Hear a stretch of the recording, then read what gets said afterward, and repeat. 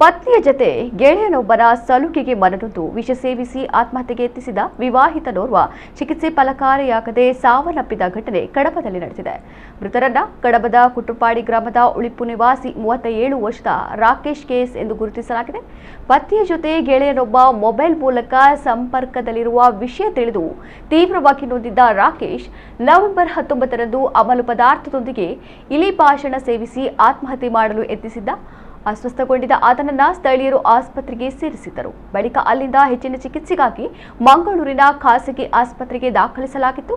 ಬುಧವಾರ ಚಿಕಿತ್ಸೆ ಫಲಕಾರಿಯಾಗಿದೆ ಮೃತಪಟ್ಟಿರುವುದಾಗಿ ತಿಳಿದು ಬಂದಿದೆ. ಮೃತ ಯುವಕನ ತಂದೆ ಸೋಲೋಮೋನ್ ಎಂಬುವರು ನೀಡಿದ ದೂರಿನಂತೆ ಕಡಬ ಠಾಣೆಯಲ್ಲಿ ಪ್ರಕರಣ ದಾಖಲಾಗಿದೆ.